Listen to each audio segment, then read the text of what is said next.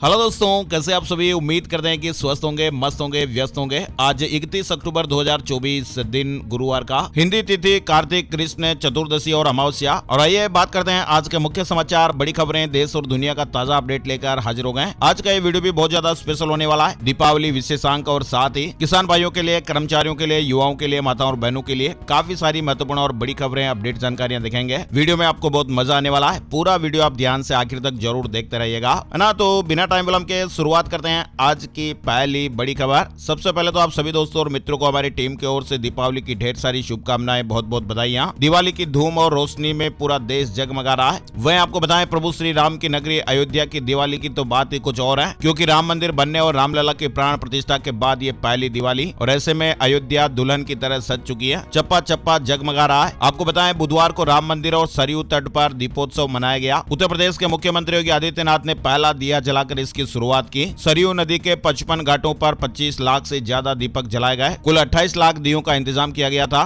ताकि दीपोत्सव के लिए दियों की कमी न हो जाए। और तो और आपको बताएं, दीपोत्सव के साथ ही अयोध्या में एक साथ 2 रिकॉर्ड बने। पहला रिकॉर्ड सबसे ज्यादा दिए जलाने का बना, यानी कि दीपोत्सव में बुधवार को कुल 25,12,585 दीपक जलाए गए। पिछले साल 22 लाख दिए जलाए गए थे और इसे Guinness book of the world record में दर्ज किया गया। जबकि सरयू तट पर एक साथ 1121 लोगों की आरती करने का वर्ल्ड रिकॉर्ड भी बना है। अब तस्वीरों में आप देख सकते हैं कि किस तरह से अयोध्या में दीपोत्सव का रिकॉर्ड बना। अयोध्या जगमग हो गई। सीएम योगी ने राम रथ खींचा, भगवान का राज तिलक भी किया। रामनगरी अयोध्या दिवाली से एक दिन पहले दियों से जगमग हो गई और इस आयोजन में करीब 3 लाख लोग शामिल हुए। वहीं अयोध्या दीपोत्सव को लेकर पीएम मोदी ने भी कहा कि अलौकिक अयोध्या, मर्यादा पुरुषोत्तम भगवान श्री राम के अपने भव्य मंदिर में विराजने के बाद ये पहली दीपावली है। अयोध्या में श्री रामलला के मंदिर की अनुपम छटा हर किसी को अभिभूत करने वाली है। दीपोत्सव का हिस्सा बनने के लिए देश विदेश से लोग यहाँ पहुंचे थे। पीएम मोदी ने भी सोशल मीडिया प्लेटफॉर्म ट्विटर पर पोस्ट में लिखा, अलौकिक अयोध्या, अद्भुत, अतुलनीय और अकल्पनीय भव्य दिव्य दीपोत्सव के लिए अयोध्या वासियों को बहुत बहुत बधाई। वहीं पीएम मोदी ने कहा कि मेरी कामना है कि भगवान श्री राम समस्त देशवासियों को सुख, समृद्धि और यशस्वी जीवन का आशीर्वाद प्रदान करें। जय श्री राम। 500 साल बाद रामलला की मौजूदगी में दीपोत्सव, त्रेता युगीन वैभव के बीच लल्ला का स्वागत हुआ है। दीपोत्सव के बाद लेजर लाइट शो भी हुआ।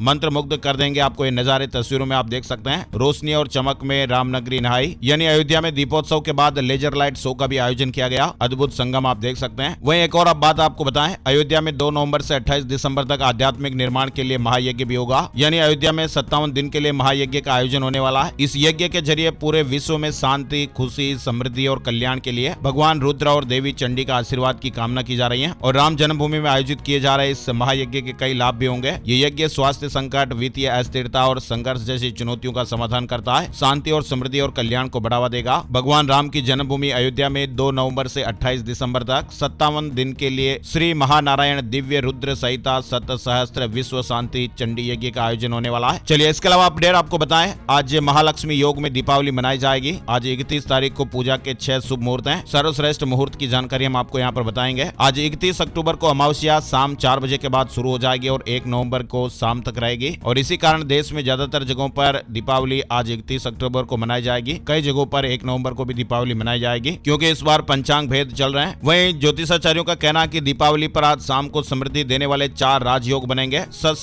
कुल दीपक, शंख और लक्ष्मी योग बनने से इस महापर्व का शुभ फल और बढ़ जाएगा। लक्ष्मी पूजन का आज शुभ मुहूर्त आप देख सकते हैं। गृहस्थों के लिए शाम 5 बजे से 6:30 बजे तक, शाम 5:37 से 7 बजे तक और शाम 7:15 बजे से रात 8:45 तक। विद्यार्थियों के लिए स्पेशल सर्वश्रेष्ठ समय है शाम 6:48 से रात 8:48 तक। वहीं व्यापारियों के लिए शाम 7:15 से रात 8:45 तक और रात 1:15 से 3:27 तक। वहीं किसान भाइयों के लिए स्पेशल मुहूर्त है शाम 5:45 से 7:15 तक। वहीं आप देख सकते हैं दीपावली की पूजन सामग्री भी आपको बताई गई है। लक्ष्मी जी, गणेश जी की मूर्ति, राम दरबार, शिव भैरव, दवात और कलम, साथ ही चांदी के सिक्के, गेहूं, नारियल, लोटा और कलश, लकड़ी की चौकी, लाल कपड़ा, गंगा जल, दूध, दही, घी, शहद, शक्कर, चंदन, चावल, हल्दी, कुमकुम, कमल, दुर्वा, जनेऊ, इत्र वगैरह, साथ ही फल, सुपारी, धूप बत्ती, मिट्टी के 10 दीपक सामग्री आप देख सकते हैं। वहीं आज 31 अक्टूबर को दीपावली लक्ष्मी पूजन शुभ मुहूर्त के लिए सर्वश्रेष्ठ मुहूर्त में ये अपडेट भी आप देख सकते हैं। और यहाँ 1 नवंबर के मुहूर्त भी आपको बताए गए हैं। वहीं एक और स्पेशल जानकारी आपको बता रहे हैं, राशि के अनुसार दिवाली के दिन माता लक्ष्मी जी को ये चीजें अगर आप अर्पित करते हैं तो माँ देवी की आपको विशेष कृपा मिलती है। अगर आप अपनी राशि के अनुसार देवी लक्ष्मी जी की पूजा करते हैं तो आपके परिवार में और ज्यादा सुख समृद्धि बनी रहेगी और आपकी आर्थिक स्थिति भी बेहतर बेहतर होगी। ज्योतिषाचार्यों के मुताबिक ये अपडेट है। स्क्रीन पर आप इस वीडियो को रोक करके जानकारी देख सकते हैं, पढ़ सकते हैं। चलिए अब आगे बढ़ते हैं। बड़ी खबर में रक्षा मंत्री और आर्मी चीफ ने जवानों के साथ असम में दिवाली मनाई। LOC अटारी बॉर्डर पर जवानों ने मिठाइयां बांटी, पटाखे भी जलाए। Air chief marshal Jammu Kashmir पहुंचे। दरअसल केंद्रीय रक्षा मंत्री राजनाथ सिंह और army chief general Upendra Dwivedi बुधवार शाम असम के तेजपुर पहुंचे और यहां उन्होंने मेघना स्टेडियम में आर्मी के जवानों के साथ दीपावली मनाई और डिनर भी किया। रक्षा मंत्री राजनाथ सिंह ने कहा कि हम आम सहमति से इस शांति प्रक्रिया को जारी रखना चाहते हैं। भारत आम सहमति से चीन के साथ शांति चाहता है। हमारे पूर्व प्रधानमंत्री अटल बिहारी वाजपेयी जी ने कहा था कि हम दोस्त बदल सकते हैं लेकिन पड़ोसी नहीं। हम अपने पड़ोसियों के साथ अच्छे संबंध बनाए रखना चाहते हैं। ये भारत की स्पष्ट नीति है ना। और महाकाल की दिवाली के दृश्य भी आप देखिए। मंदिर का ड्रोन वीडियो दिखाया गया है। फूलझड़ी से आरती, चांदी के सिक्कों का पूजन, दीपोत्सव पर महाकाल का आंगन भी जगमग दिखाई दे रहा है। मंदिर पर रंगीन लाइटिंग इसे और भी अलौकिक और अतुलनीय लोग बना रही है। अयोध्या में भी आज दीपावली मनेगी, महाकाल में भी आज दीपावली मनाई जाएगी। वहीं दिवाली पर भारतीय बाजार में वोकल फॉर लोकल की धूम भी देखने को मिल रही है। पीएम मोदी का मिशन साकार होता दिख रहा है। यानी इस साल दिवाली पर बाजार में बम्पर उछाल रहा। धनतेरस पर खुदरा व्यापार करीब 60,000 करोड़ रुपए तक पहुंच गया। वहीं रियल एस्टेट IPO रिकॉर्ड भी कारोबार बना रहा। RBI ने बताया कि देश के स्वर्ण भंडार में 100 टन का इजाफा हुआ है। तो भारत में निर्मित आईफोन का करीब 30% निर्यात भी बढ़ गया है। यानी कि भारतीय बाजार में वोकल फॉर लोकल का काफी अच्छा प्रभाव देखने को मिल रहा है। चलिए बड़ी खबर देखते हैं। भारत और चीन बॉर्डर पर सैनिकों के हटने की प्रोसेस पूरी हो गई है। आज दिवाली पर एक दूसरे को मिठाई खिलाएंगे। पेट्रोलिंग पर जल्द ही ग्राउंड कमांडर्स की बातचीत भी होगी। भारत चीन बॉर्डर पर देपसांग और डेमचौक में दोनों सैनिकों के पीछे हटने की प्रक्रिया बुधवार को पूरी हो गई।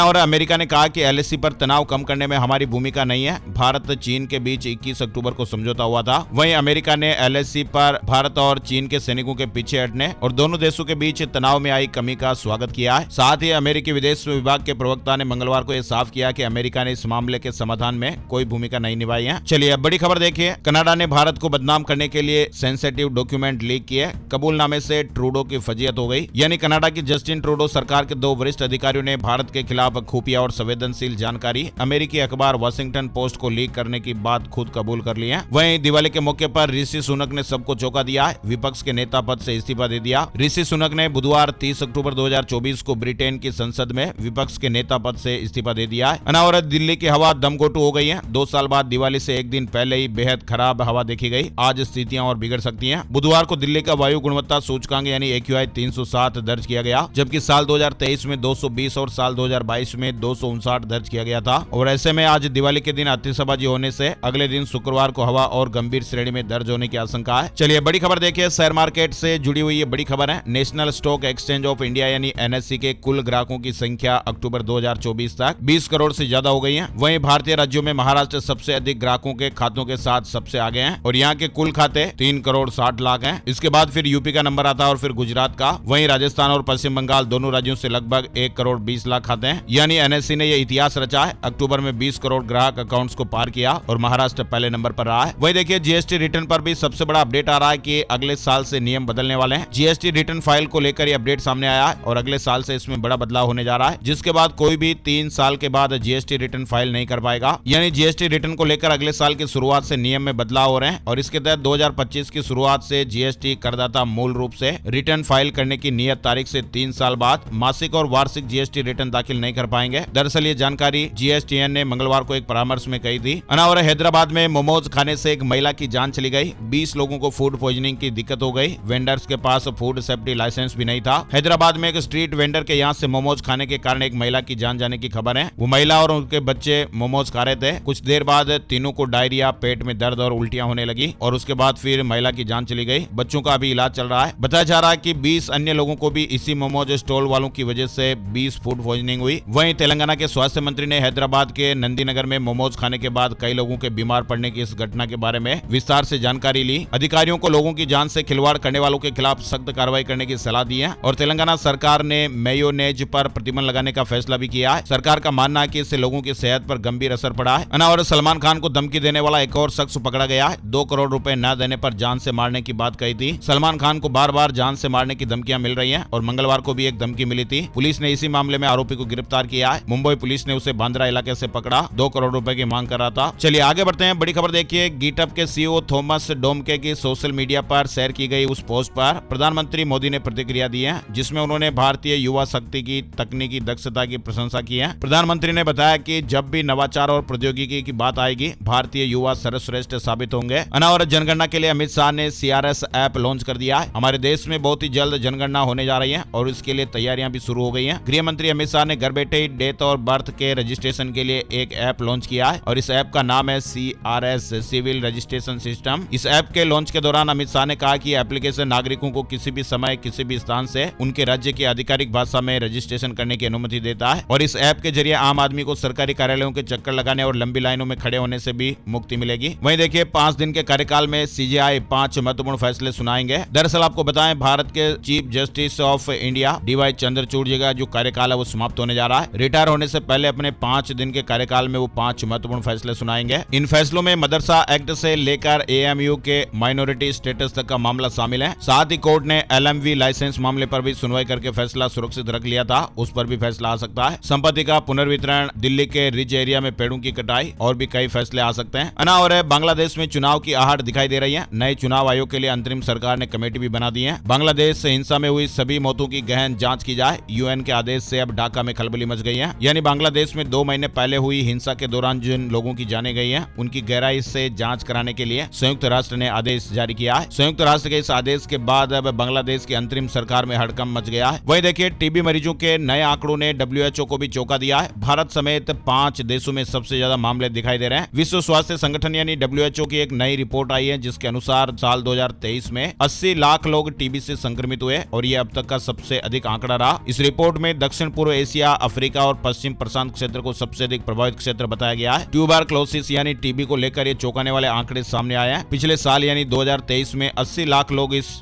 TB की बीमारी से संक्रमित हुए थे। दुनिया के आधे से अधिक मामले भारत, इंडोनेशिया, चीन, फिलीपींस और पाकिस्तान से आए हैं। चलिए बड़ी खबर आ रही है, दिल्ली में 75% से ज्यादा महिलाएं बसों में सफर के दौरान असुरक्षित। एक बड़ी रिपोर्ट सामने आ रही है, चौंकाने वाली रिपोर्ट बताई जा रही है। इस रिपोर्ट में कहा गया कि हालांकि सुरक्षा संबंधी समस्याएं अभी भी बनी हुई है, क्योंकि 77% महिलाओं का ये मानना है कि रात के समय बसों में सफर करते समय उन्हें असुरक्षित महसूस होता है। एक NGO ने इस संबंध में एक चौंकाने वाली रिपोर्ट जारी की है, जबकि दिल्ली सरकार की किराया मुक्त बस यात्रा योजना ने महिलाओं को जारी की गई 100 करोड़ पिंक टिकटों का आंकड़ा भी पार कर लिया है। रिपोर्ट में यह भी कहा गया कि भीड़ भरी बसों में सफर करने वाली कई महिलाओं ने उत्पीड़न की घटनाओं की भी शिकायत की है। और दिल्ली से जुड़ी एक और बड़ी खबर आ रही है, दिवाली पर दिल्ली वालों को बड़ी खुशखबरी मिली है। अब राजधानी में आप कहीं भी प्रॉपर्टी का रजिस्ट्रेशन करवा सकते हैं। दिल्ली के CM आतिशी ने एनीवेयर रजिस्ट्रेशन पॉलिसी को मंजूरी दे दी है और ऐसे में अब लोग अपनी सुविधा के अनुसार किसी भी सब रजिस्ट्रार ऑफिस में ऑनलाइन अपॉइंटमेंट ले सकेंगे। दिल्ली के लोग अब प्रॉपर्टी का रजिस्ट्रेशन राजधानी दिल्ली के किसी भी सब रजिस्ट्रार ऑफिस में करवा सकते हैं और इसके लिए दिल्ली सरकार ने एनीवेयर रजिस्ट्रेशन पॉलिसी को मंजूरी दी है। लोग अपनी सुविधा के अनुसार दिल्ली के जो 22 सब रजिस्ट्रार ऑफिस हैं, उनमें से किसी में भी ऑनलाइन अपॉइंटमेंट ले पाएंगे और ऐसे में लोगों को बड़ी सहूलियत मिलेगी। वहीं देखिए आप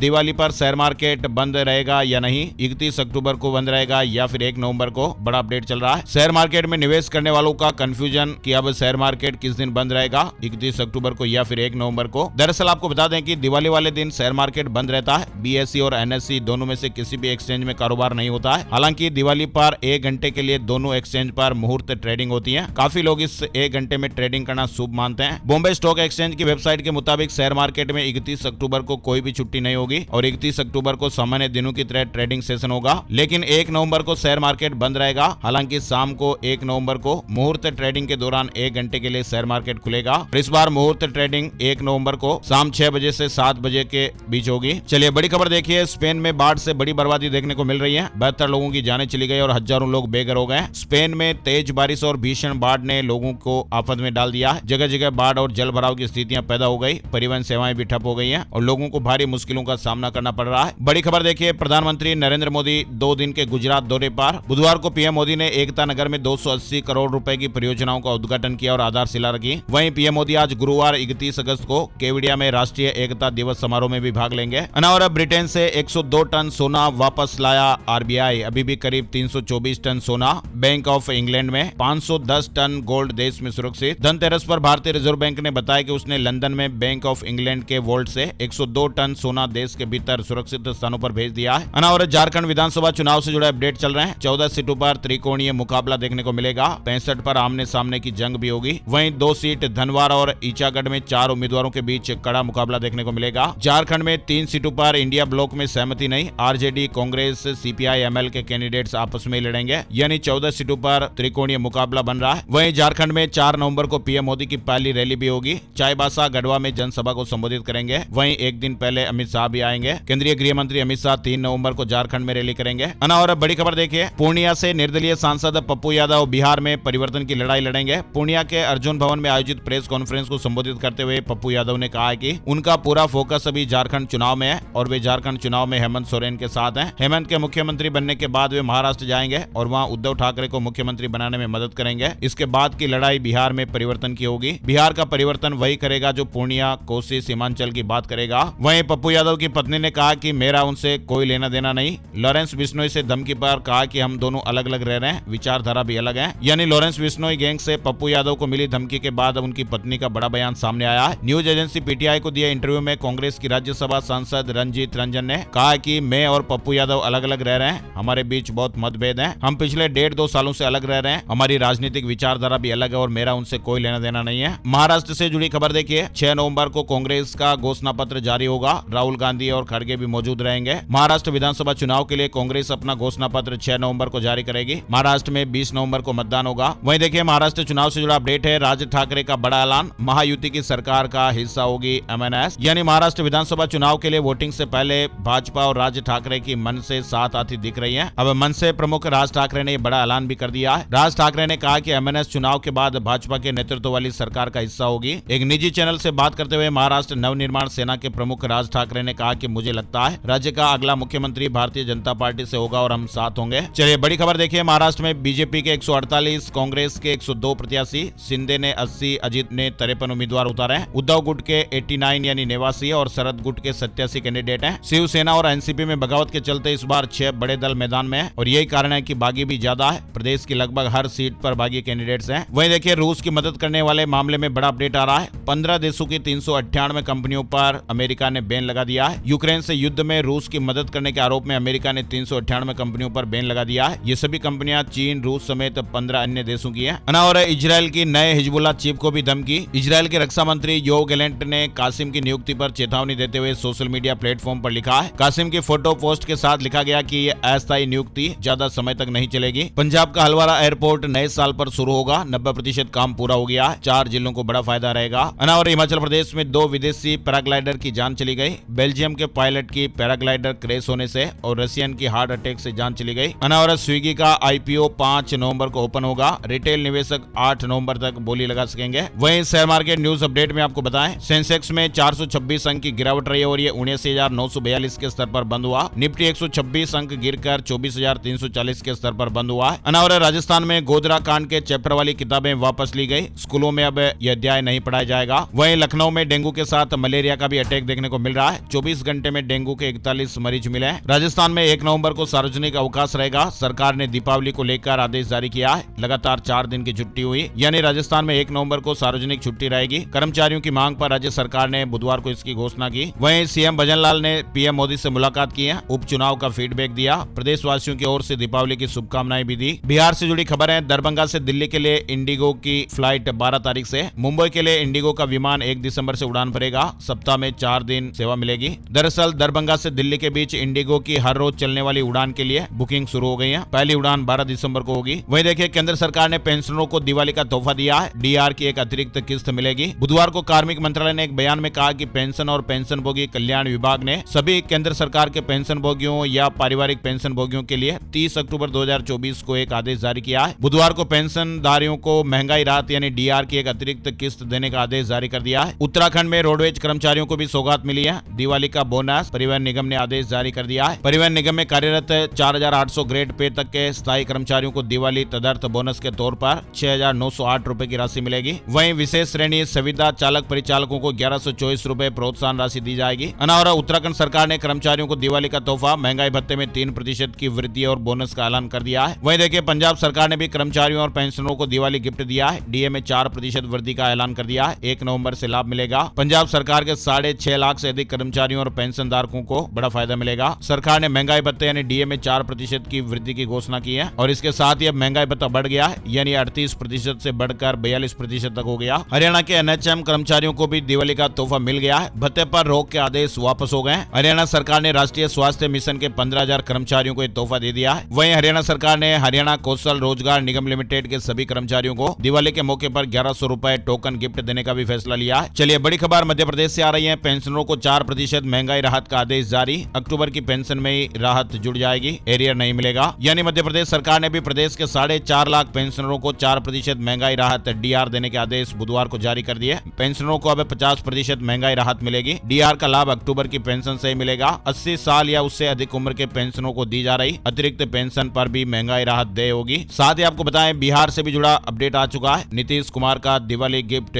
कर्मचारियों की सैलरी बढ़ाई गई है। दरअसल बिहार में नीतीश सरकार ने संविदा पर नियोजित कनीय अभियंताओं के मानदेय में भारी बढ़ोतरी की है। अब उन्हें हर महीने 34,000 रुपए की जगह 60,000 रुपए मिलेंगे। राजस्थान से जुड़ी खबर भी देखिए। 8 लाख कर्मचारियों के लिए खुशखबरी आई है। 1 नवंबर को राजकीय अवकाश के साथ बढ़ा हुआ आचार्य भी मिलेगा। बुधवार को कर्मचारियों के लिए मकान किराया वृद्धि के भी आदेश जारी कर दिए गए। कर्मचारी संगठनों ने इस घोषणा का स्वागत किया है। यानी राजस्थान के 8 लाख सरकारी कर्मचारियों के लिए मकान किराया वृद्धि के आदेश जारी कर दिए गए। इसमें वाई और जेड श्रेणी के शहरों के लिए मकान किराया भत्ता क्रमशः 20 और 10% कर दिया गया है और वित्त विभाग ने इसको लेकर आदेश भी जारी कर दिए हैं। और दिल्ली के सफाई कर्मचारियों को भी दिवाली बोनस। केजरीवाल ने कहा कि 18 साल बाद समय से सैलरी मिल रही है। वहीं नोटरी पब्लिक से जुड़ा एक बड़ा अपडेट आया है। केंद्रीय विधि एवं न्याय मंत्रालय ने सभी नोटरी को विवाह और तलाक के कार्य निष्पादित करने से दूर रहने को कहा है, क्योंकि उन्हें विवाह अधिकारी के रूप में नियुक्त नहीं किया गया है। नोटरी न तो विवाह को प्रमाणित करने के लिए अधिकृत है और न ही तलाक के दस्तावेज को निष्पादित करने के लिए सक्षम है। कानून की इस स्थिति के बावजूद भी केंद्र ने कहा कि उसने ऐसे मामले देखे हैं जहां पर नोटरी विवाह, तलाक आदि से संबंधित दस्तावेजों को निष्पादित कर रहे हैं। इसके अलावा कुछ मामलों में तो नोटरी विवाह प्रमाण पत्र भी जारी कर रहे हैं, जिसके दूरगामी परिणाम होते हैं। यानी अब नोटरी पब्लिक नहीं कर सकेंगे शादी और तलाक के शपथ पत्र को प्रमाणित। ऐसे आदेश जारी हुए हैं।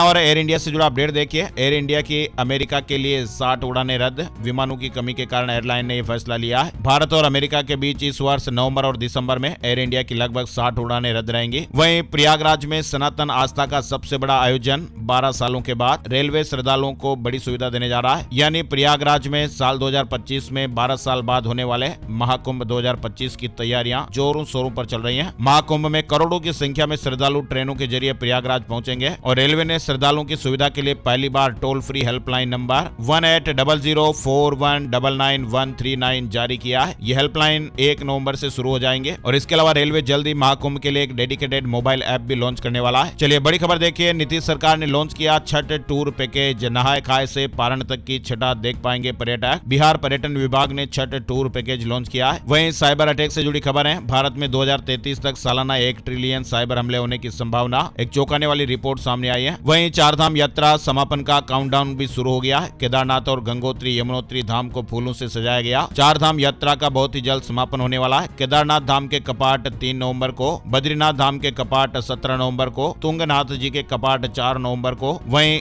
गंगोत्री धाम के कपाट 2 नवंबर को बंद हो रहे हैं। यमुनोत्री धाम के कपाट भी 3 नवंबर को बंद हो रहे हैं। चलिए नोएडा में घर का सपना देखने वालों के लिए भी जरूरी खबर आई है। आवासीय भूखंड योजना में बड़ा बदलाव। दिवाली पर येडा एक बार फिर से आवासीय भूखंड योजना ला रहा है, लेकिन साथ ही आवासीय योजना में भूखंड की कुल कीमत का किस्तों में भुगतान का विकल्प समाप्त कर दिया गया है। वहीं देखिए सिविल स्कोर 0 हो जाए तो क्या मिलेगा, लोन। सिविल स्कोर ने बैंकिंग कामों को एक हद तक आसान किया है। यानी बैंक लोन सेशन करने से पहले आवेदक के सिविल स्कोर को चेक करता है। अगर सिविल स्कोर सही होता है तो लोन जल्दी मिल जाता है। लेकिन अगर किसी व्यक्ति का सिविल स्कोर 0 है तो क्या उसे लोन के आवेदन करने से पहले कुछ जरूरी बातों को ध्यान रखना चाहिए। फाइनेंशियल तौर पर आपको नुकसान का सामना करना पड़ सकता है। सिविल स्कोर अगर 300 पॉइंट होता है तो उसे भी खराब माना जाता है। इसलिए आप कोशिश करें कि अपना सिविल स्कोर को जल्द से जल्द आप ठीक करें। और अगर कोई बैंक खराब सिविल स्कोर पर भी लोन दे रहे हैं तो वे कस्टमर से बहुत ज्यादा ब्याज वसूलते हैं। ब्याज आपको ज्यादा देना पड़ेगा। वहीं देखिए एमआई समूह की मुश्किलें बढ़ती हुई दिख रही हैं। ईडी ने जांच शुरू कर दी है। वहीं देश में भेड़ बकरी की गिनती चालू हुई। 5 महीने में खर्च हो जाएंगे करोड़ों रुपए। हमारे देश में भेड़ और बकरी जैसे पशुधन की गिनती शुरू हो चुकी है। यानी भारत में जहां सरकार इंसानों की गिनती करने के लिए जनगणना कराती है, वहीं अब देश में गाय, भैंस, भेड़, बकरी जैसे पशुधन की भी गिनती शुरू हो चुकी है। केंद्र सरकार ने 5 साल में इस काम को पूरा करने का लक्ष्य रखा है। ये देश में 21वीं बार है जब सरकार पशुधन की गणना करा रही है और केंद्रीय मंत्री राजीव रंजन ने भी हाल ही में इसकी शुरुआत की थी। और अब फ्लाइट से जा सकेंगे सोमनाथ के दर्शन करने। नई सर्विस शुरू हो गई है। गुजरात में सोमनाथ के दर्शन करना बहुत आसान होगा, क्योंकि अब यहाँ के लिए फ्लाइट सर्विस शुरू हो चुकी है। अहमदाबाद केसोद के बीच ये फ्लाइट सर्विस हफ्ते में 3 दिन मिलेगी और ये फ्लाइट सर्विस मंगलवार, गुरुवार और शनिवार को चलेगी।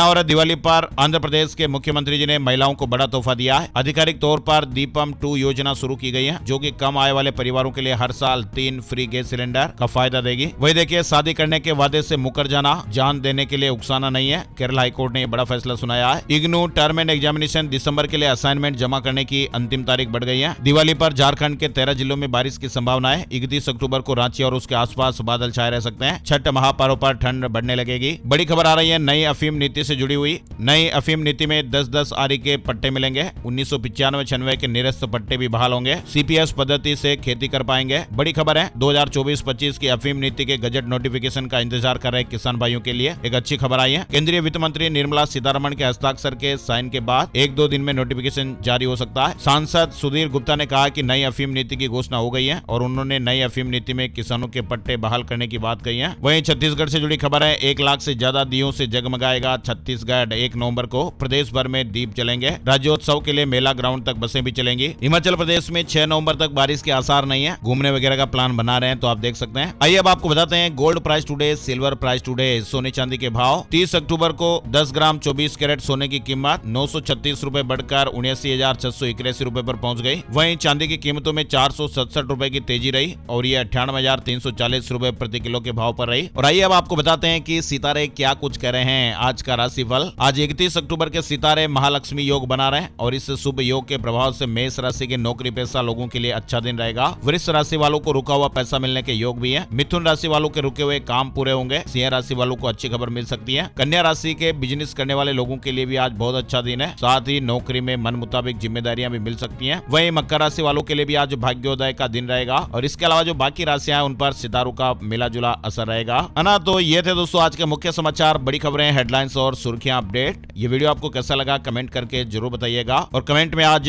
जय श्री राम भी आप जरूर लिखिए। दिवाली का दिन है। बहुत बहुत आपको एक बार फिर से ढेर सारी शुभकामनाएं, बधाइयां। आपके एमएससी भाई की मेहनत और मोटिवेशन के लिए इस वीडियो को आप लाइक भी जरूर कर दीजिएगा और एक प्यार भरा सा कमेंट भी जरूर कीजिएगा। और हमारा सबसे जरूरी मिशन, इस वीडियो को आपको अपने यार दोस्तों, मिलने वालों और जान पहचान वालों के साथ फेसबुक और व्हाट्सएप पर शेयर भी जरूर करना है। आपके लाइक और शेयर से ही आपके एमएससी भाई को मोटिवेशन मिलता है, तो प्लीज आप जरूर लाइक और शेयर कर दीजिएगा, है ना। और एक और नई जानकारी और नए अपडेट वीडियो में फिर से और मिलेंगे। तब तक के लिए जय श्री राम, जय हनुमान।